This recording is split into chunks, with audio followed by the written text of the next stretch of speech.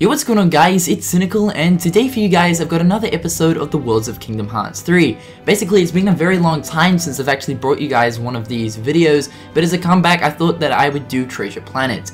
I feel strongly for Treasure Planet actually making it into Kingdom Hearts 3. It's a very old school Disney movie, and I believe that there's a lot of different traits and aspects that are in this movie that would be a great fit for Kingdom Hearts 3.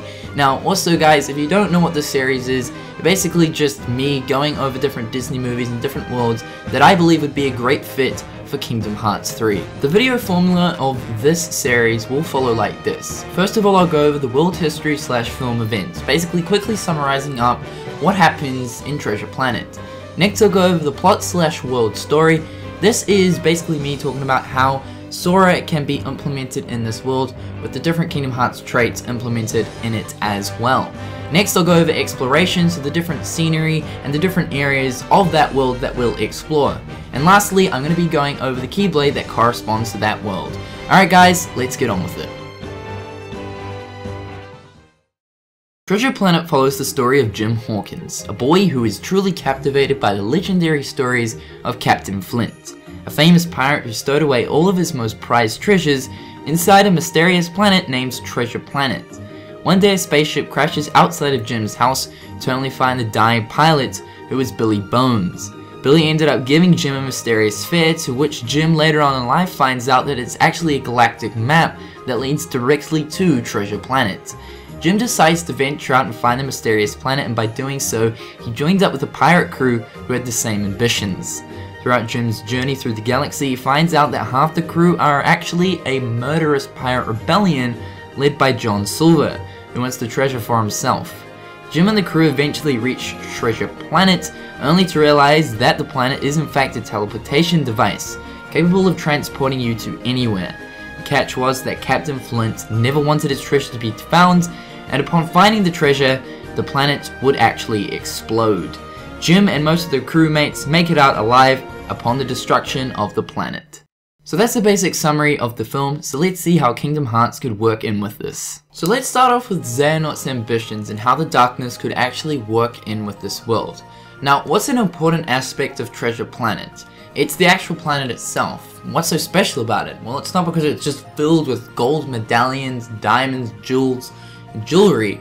No, it's not that. It's the fact that the actual planet is a teleportation transport device, meaning that the portal inside of Treasure Planet can actually transport you to anywhere. Now, this could actually work in for the benefits of not only Xehanort, but as well as Sora. This could work in towards the fact of even getting to, the realm of darkness.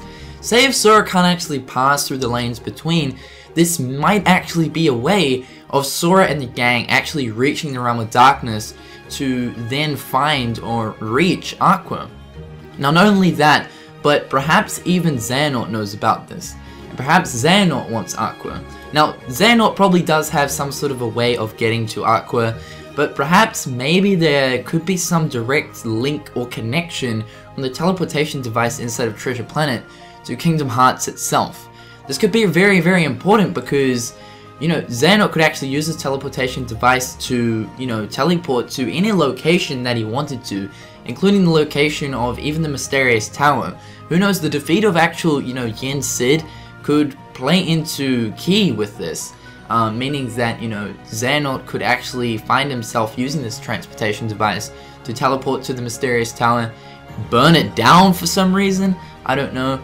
What he would actually use this transportation device for, I really don't know. And I think that Sora would probably use it more in his benefits rather than anything to either reach Ventus in, Castle Oblivion or Aqua in the Realm of Darkness. This would be a great use of being able to get places that perhaps they probably wouldn't be able to get to otherwise. Now, how would Sora play into the whole role of Treasure Planet? Now, I believe that Sora and the gang would first arrive in the events of Treasure Planet at the space station. This is where exactly Jim joins the pirate crew that are looking towards going to Treasure Planet. I think this would be a really perfect place for Sora to be involved in the plot and story of the film. Basically, what I visualize is, in the movie, Jim is rushing to get towards the pirate ship just in case he misses it because he doesn't really know where it is. And of course, in the spaceport, we see that it's extremely crowded. There's a lot of people, so he's bumping into people left, right, and center. I imagine that when Sora, Donald, and Goofy reach the world, they'd be looking around confused, sort of trying to visualize the world, and boom, all of a sudden, Jim bumps into Sora, pushing both Jim and Sora backwards. Jim then apologizes and he says that he's trying to look for a pirate crew, etc, etc. Now, right here, this would be a perfect sort of nostalgic sense for Sora, thinking back to, oh, you know, Port Royal. What better fun than to join a gang of, swashbucklers and go find some treasure, because apparently this is something that Sora always wanted to do. And from that point onwards, Jim would probably, say, hey, would you like to help me out? I'm trying to look for this pirate crew. Do you know where they are? Sora might, point towards the ship or something like that. And from there, he would probably just follow Jim.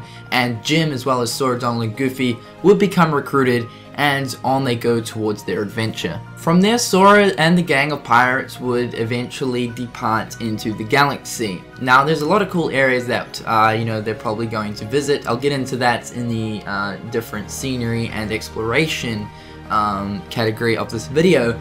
But essentially, they would just, fly through space as the movie progresses. What I think would be a really, really cool way of implementing one of the Keyblade transformations in this world is the Keyblade glider. Now, of course, Sora we haven't ever seen use a Keyblade glider or anything in the sense. But of course we know that the Keyblade actually has the capability of transforming into a glider that can be used for transportation. Now we see this from Ventus, Aqua, and Terra, and in a way, these are almost very reminiscent of the sky surfing. Now this could be a very, very cool point in time throughout the sort of progress of Kingdom Hearts 3, where Sora learns to use his Keyblade glider. Of course, Jim Hawkins is quite well skilled at sky surfing, or solar surfing as it's called, and this could be a good way of Jim actually teaching Sora how to use his Keyblade glider for some reason he learns somewhere in this world how to turn his Keyblade into a glider. Both Jim and Sora would be able to, fly around space and sort of stuff like that when they're sent out on different tasks to, say, repair the ship or stuff like that, and especially during the black hole scene to help repair it when it's, being damaged. This would be a really, really cool part of learning, how to use the glider and stuff. And it would be a really, really cool bonding experience for both Jim and Sora.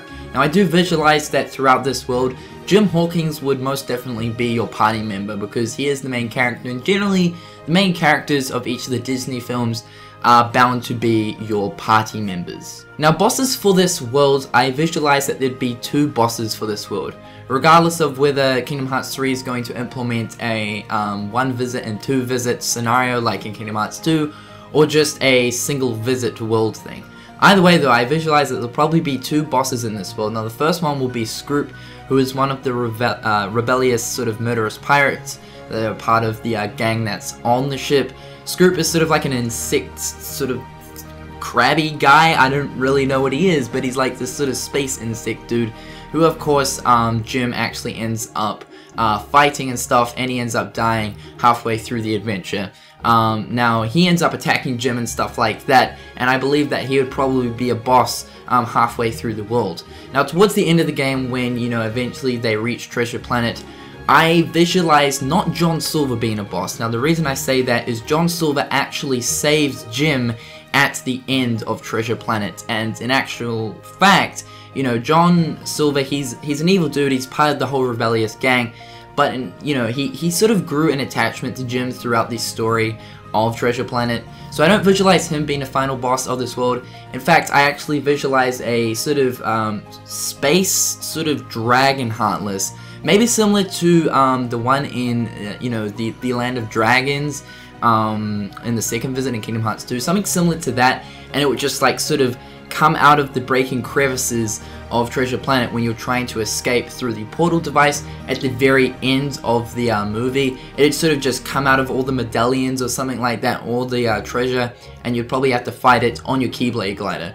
Now, the reason I keep mentioning the Keyblade glider is due to the fact that, the different sky surfing and stuff is heavily implemented in Treasure Planet. And I can see that the Keyblade glider would probably be used a lot in this world, as this would probably be where you first learn how to use it. Anyway, those are just my ideas thrown in about a Treasure Planet world. Hopefully you guys would like to agree with them. Be sure to leave some of your ideas, and let's get on to exploration. So exploration is very important. This is the different areas that we'll be exploring for this world. Now the first area would probably be the spaceport. The spaceport is huge.